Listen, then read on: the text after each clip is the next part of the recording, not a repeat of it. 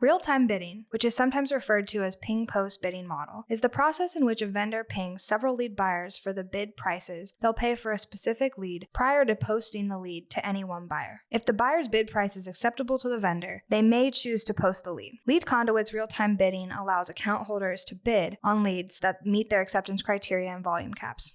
The price of the bid is set by purchasing price rules. Let's take a look at how it works. This is the buyer's view of their flow. This flow has acceptance criteria, volume caps, and pricing rules set. Acceptance criteria is used to check if the lead data submitted with the ping request meets specific requirements. This could include geographic or demographic restrictions.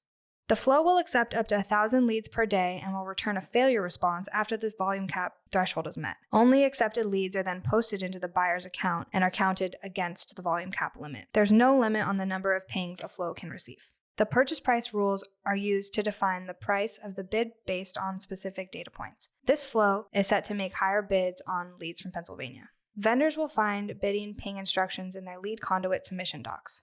Setting up a real-time bidding ping is simple. Notice the difference between a real-time bidding ping and an actual lead submission is only the last parameter of the URL. It submit for a lead submission, ping for a real-time bidding ping. This is an example of a real-time bidding ping, including the lead data.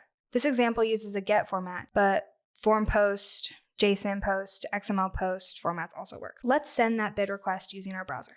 This success response indicates the volume cap has not been met and the buyer's bid from this Pennsylvania lead is $2. If the bid price is acceptable, the vendor can now choose to submit the lead. If the ping request has not matched any pricing rules, a response of failure, no bid, would have been returned. If the flow's volume caps are closed, the real-time bidding ping's response would have looked like this. The vendor should not submit the lead. Acceptance criteria that look for specific values, like a list of accepted postal codes, will also be checked. But acceptance criteria that don't involve specific values, such as required fields that simply must not be blank, are not checked. No PII from a ping request is either stored by or exposed to the buyer.